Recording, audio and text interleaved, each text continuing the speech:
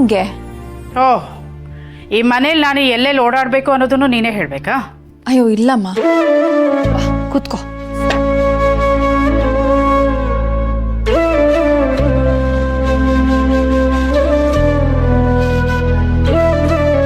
ಅಮ್ಮ, ಏನಾದರೂ ಮಾತಾಡೋದಿತ್ತಾ? ಬೇಡ ಬೇಡ ಅಂದ್ರೂ ಆ ಮಿಥಿಲಾ ಮೇಡಮ್ ಮನೆಗೆ ಅಡುಗೆ ಮಾಡಕ್ಕೆ ಹೋಗಿದೆಯಲ್ಲ, ಏನಾಯ್ತು ಅಂತ ಕೇಳಕ್ ಬಂದೆ. ಅಯ್ಯೋ ಅಮ್ಮ, ನಿನ್ನೆ ಒಂದು ಸಣ್ಣ ಅಪಾರ್ಥ ಆಗಿತ್ತಷ್ಟೇ. ಇವತ್ತು ಯಾರೋ ಅದನ್ನ ಮನಸ್ಸಲ್ಲೇ ಇಟ್ಕೊಂಡಿರ್ಲಿಲ್ಲ. ಅಷ್ಟು ದೊಡ್ಡವರಾದ್ರೂ ಕ್ಷಮೆ ಕೂಡ ಕೇಳಿದ್ರು. ತಪ್ಪು ಮಾಡಿದಾಗ ದೊಡ್ಡವರು ಚಿಕ್ಕವರು ಅಂತೇನಿರಲ್ಲ, ಕ್ಷಮೆ ಕೇಳಲೇಬೇಕು. ದುಡ್ಡಿದ್ರೆ ಮಾತ್ರ ಏನವ್ರು ಕೊಂಬಿರುತ್ತ? ಅಷ್ಟಕ್ಕೂ ಅಷ್ಟೆಲ್ಲ ಅವಮಾನ ಆದ್ಮೇಲೂ ನೀನ್ ಯಾಕೆ ಅವ್ರ ಮನೆ ಕೆಲ್ಸಕ್ಕೆ ಹೋಗ್ಬೇಕು ಅನ್ನೋದೇ ನಂಗೆ ಅರ್ಥ ಆಗ್ತಿಲ್ಲ. ಅಮ್ಮ, ಈಗೆಲ್ಲ ಸರಿ ಹೋಗಿದ್ಯಲ್ಲ? ಏನ್ ಸರಿ ಹೋಗ್ತಿಲ್ಲ.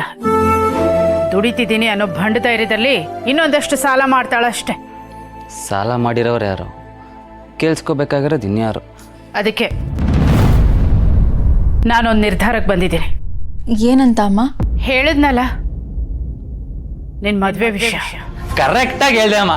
ನಾನಂತೂ ನಿನ್ ಸಪೋರ್ಟ್. ವಾಟ್ಸಪ್ಪಲ್ಲಿ ಒಂದಷ್ಟು ಗ್ರೂಪ್ಗಳಿದಾವೆ, ಅದಕ್ಕೂ ಸೇರೋಣ. ಹಾಗೆ ಮ್ಯಾಟ್ರಿಮನಿ ಸೈಟ್ಗೂ ಅಕ್ಕನ ಜಾತಕ ಹಾಕೋಣ. ಅದಕ್ಕೂ ಮೊದಲು ಇವಳಿಗೆ ಯಾವ ಥರ ಹುಡುಗ ಬೇಕು ಅನ್ನೋದು ನನಗೆ ಗೊತ್ತಾಗಬೇಕು. ನಿಮಗೆಲ್ಲ ಯಾವ್ದು ಸರಿ ಅನ್ಸುತ್ತೋ ಅದೇ ರೀತಿ ಮಾಡಿ. ನೀವು ತೋರಿಸಿದ ಹುಡುಗನ್ನೇ ನಾನು ಮದುವೆ ಆಗ್ತೀನಿ. ಇದೇ ನಮ್ಮ ಕಾಲನ? ಹಸೆ ಮನೆ ಮೇಲೇನೆ ಮೊದಲನೇ ಸಲ ಹುಡುಗನ್ ನೋಡೋಕೆ. ನಿನಗೆಂಥ ಹುಡುಗ ಬೇಕು ಅಂತ ನಮ್ಮನ್ನು ಯಾರು ಕೇಳೋರು ಇರಲಿಲ್ಲ. ಕೇಳಿದ್ರು ಇಂಥ ಹುಡುಗ ಬೇಕು ಅಂತ ಹೇಳೋಕ್ಕೂ ನಮಗೆ ಗೊತ್ತಿರಲಿಲ್ಲ.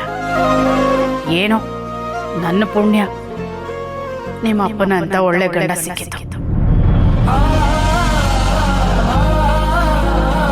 ಆದರೆ ಈಗ ಹಾಗೆಲ್ಲ ನಡೆಯಲ್ವಲ್ಲ. ವಯಸ್ಸು ನೋಡಿ ಮದುವೆ ಮಾಡೋಕ್ಕಾಗಲ್ಲ. ಮನ್ಸಿಗೆ ಇಷ್ಟ ಆದ ಹುಡುಗನ್ನೇ ಹುಡುಕ್ಬೇಕು. ಆಹಾ, ಕರೆಕ್ಟಾಗಿ ಹೇಳ್ದೆ ಅಮ್ಮ. ಮದ್ವೆ ಆಗೋದು ಅಕ್ಕ, ನಾವಲ್ಲ. ಅವಳಿಗೆ ಇಷ್ಟ ಆಗೋ ಥರ ಹುಡುಗನ್ನೇ ಹುಡ್ಕೋಣ. ಬೇಗ ಬೇಗ ಹೇಳಕ್ ಹೇಳು.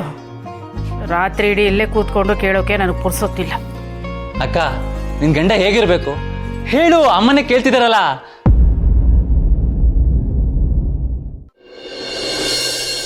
ಅವಿ, ಯಾಕೆ ಇಷ್ಟೊಂದು ಕೋಪ ಮಾಡ್ಕೊಳ್ತಿದ್ಯಾ? ಮತ್ತೆ ನೀನು ಟೆನ್ಷನ್ ಮಾಡ್ಕೊಂಡು ಮನ್ಸು ಹಾಳು ಮಾಡ್ಕೊಂಡು ಈ ಹಾಳು ಮೂಳೆಲ್ಲ ತಿನ್ಕೊಂಡು ಹೆಲ್ತ್ ಹಾಳು ಮಾಡ್ಕೊಂಡೆ ನೋಡ್ಕೊಂಡು ಸುಮ್ಮನೆ ಕೂತ್ಕೋಬೇಕಾ? ಈಗಂಥದ್ದು ಏನಾಯ್ತು? ಏನೂ ಆಗಿಲ್ಲಪ್ಪ. ನಿನಗೆ ಈ ಪ್ರೀತಿ ಪಿತ್ತ ಉಸಿರು ಕಟ್ತಾ ಇದ್ರು ಏನಾಗಿದೆ ಅಂತ ನಾನೇ ಹೇಳ್ಬೇಕಲ್ವಾ? ಹೌದು, ನಂಗೆ ಟೆನ್ಷನ್ ಆಗಿದೆ. ಇಷ್ಟು ದಿನ ವಿಕ್ಕಿ ಅಂತ ಆಚೆ ಓಡಾಡ್ತಿರ್ಬೇಕಾದ್ರೆ ಎದ್ರಿತೆ. ಆದರೆ ಈಗ ಮಿಸ್ ಮೂಗುತಿ ಮನೇಲಿ ಇರಬೇಕಾದ್ರೆ ವಿರಾಟ್ ಸಂಪತ್ ಐಡೆಂಟಿಟಿನ ಹೇಗೆ ಮುಚ್ಚಿಡಬೇಕು ಅಂತ ಯೋಚನೆ ಆಗಿದೆ. ಅಪರೂಪಕ್ಕೆ ಸುಳ್ಳು ಹೇಳಿದ್ರೆ ಹೀಗೆ ಆಗೋದು. ಏನಂದೆ? ಸದ್ಯ ಈಗಲಾದ್ರೂ ರಿಯಾಲಿಟಿ ಏನು ಅಂತ ಗೊತ್ತಾಯ್ತಲ್ಲ, ಅಷ್ಟು ಸಾಕು. ನಾನು ಏನು ಮಾಡಲಿ ಅಭಿ? ಮಿಸ್ ಮೂಗುತಿಗೆ ನಾನು ವಿರಾಟ್ ಸಂಪತ್ ಅಂತ ಗೊತ್ತಾಗಬಾರ್ದು. ಆ ಕಡೆ ಮನೆಯವ್ರಿಗೆ ನಾನು ಮಲ್ಲಿನ ಇಷ್ಟಪಡ್ತೀನಿ ಅಂತ ಗೊತ್ತಾಗಬಾರ್ದು. ಇಬ್ಬರಿಗೂ ಸ್ಟೇಟಸ್ ಪ್ರಾಬ್ಲಮ್ಮೇ. ಮಲ್ಲಿಗೆ ಶ್ರೀಮಂತರು ಕಂಡ್ರೆ ಆಗಲ್ಲ, ಅಮ್ಮಂಗೆ ನೀನು ಶ್ರೀಮಂತಿಗೆ ಬಿಟ್ಟು ನಡ್ಕೊಳ್ಳೋದು ಕಂಡ್ರೆ ಆಗಲ್ಲ. ಹೀಗಿದ್ದಾಗ ಯಾವ ಧೈರ್ಯದಲ್ಲೂ ಮುಂದುವರಿತೀಯಾ? ನಿನ್ನ ಲವ್ ಸ್ಟೋರಿಗೆ ಸಮಾಧಿ ಕಟ್ಟೋದೇ ಬೆಟರ್. ಮುಂದೆ ಏನು ಮಾಡಬೇಕು ಅನ್ನೋ ಟೆನ್ಷನ್ ಇದೆ, ಆದರೆ ಏನಾಗುತ್ತೋ ಅಂತ ಭಯ ಇಲ್ಲ. ನೀನು ಹೆಂಗಿದ್ರು ಓವರಾಗಿ ಥಿಂಕ್ ಮಾಡ್ತಿದ್ಯಲ್ಲ, ಸ್ವಲ್ಪ ಪಾಸಿಟಿವ್ ಆಗಿ ಥಿಂಕ್ ಮಾಡು. ಅಂದರೆ ಒಂದು ವೇಳೆ ಎಲ್ಲ ಸರಿಯಾಗಿ ಮಿಸ್ ಮೂಗುತಿಗೆ ಶ್ರೀಮಂತರ ಮೇಲೆ ಒಳ್ಳೆ ಅಭಿಪ್ರಾಯ ಬಂದು ಅಮ್ಮಂಗೆ ಸ್ಟೇಟಸ್ ಎಲ್ಲ ಮ್ಯಾಟರ್ ಆಗಲ್ಲ ಅಂತ ರಿಯಲೈಸ್ ಆದರೆ? ಅದು ಈ ಜನ್ಮದಲ್ಲಿ ಸಾಧ್ಯ ಇಲ್ಲ. ಯಾಕಾಗಲ್ಲ? ಭಾವನೆ ಅದಾಗೆ ಬದಲಾಗಲ್ಲ, ಬದಲು ಮಾಡಬೇಕು. ಇಲ್ಲಿ ಬೆಕ್ಕಿ ಗಂಟೆ ಕಟ್ಟೋರು ಯಾರು? ಮಲ್ಲಿ. ಅಮ್ಮನ ಮನಸ್ಥಿತಿ ಸರಿ ಮಾಡೋರು ಯಾರು? ಇನ್ಯಾರು? ನಾನು. ಅದಷ್ಟು ಸುಲಭ ಅಲ್ಲ ಬಾಸು. ಕಷ್ಟ ಇದೆ. ಹಾಗಂತ ಕೈ ಕಟ್ಕೊಂಡು ಕೂತ್ಕೊಳ್ಳೋಕ್ಕಾಗತ್ತಾ? ಬದಲಾಯಿಸ್ತೀನಿ. ಎಲ್ಲರೂ ಮನಸ್ಥಿತಿನೂ ಬದಲಾಯಿಸ್ತೀನಿ. ಅಲ್ಲ ಕಣೋ, ಅವ್ರು ಬದಲಾಗ್ತಾರೇನೋ ನಂಬಿಕೆ ನಿನಗಿದೆಯಾ? ಖಂಡಿತ ಇದೆ. ಮಿಸ್ ಮೂಗುತಿಗೆ ಒಳ್ಳೆ ಮನಸ್ಸು ಅನ್ನೋದು ಅಂತಸ್ತು ನೋಡಿ ಬರಲ್ಲ ಅಂತ ಅರ್ಥ ಮಾಡಿಸ್ತೀನಿ. ಅಮ್ಮಮ್ಮಗೆ ಕೊನೆ ತನಕ ಇರೋದು ನೆಮ್ಮದಿ, ಈ ಕ್ಷಣದ ಪ್ರೀತಿ ಹೊರತು ಅಂತಸ್ತಲ್ಲ ಅನ್ನೋದನ್ನು ಗೊತ್ತಾಗೋ ಥರ ಮಾಡ್ತೀನಿ. ನನ್ನ ಲಿಸ್ಟಲ್ಲಿರೋ ಮುಂದಿನ ಗೋಲ್ ಇದು. ಇದನ್ನು ನಾನು ಗೆಲ್ಲೇಬೇಕು, ಗೆದ್ದೇ ಗೆಲ್ತೀನಿ.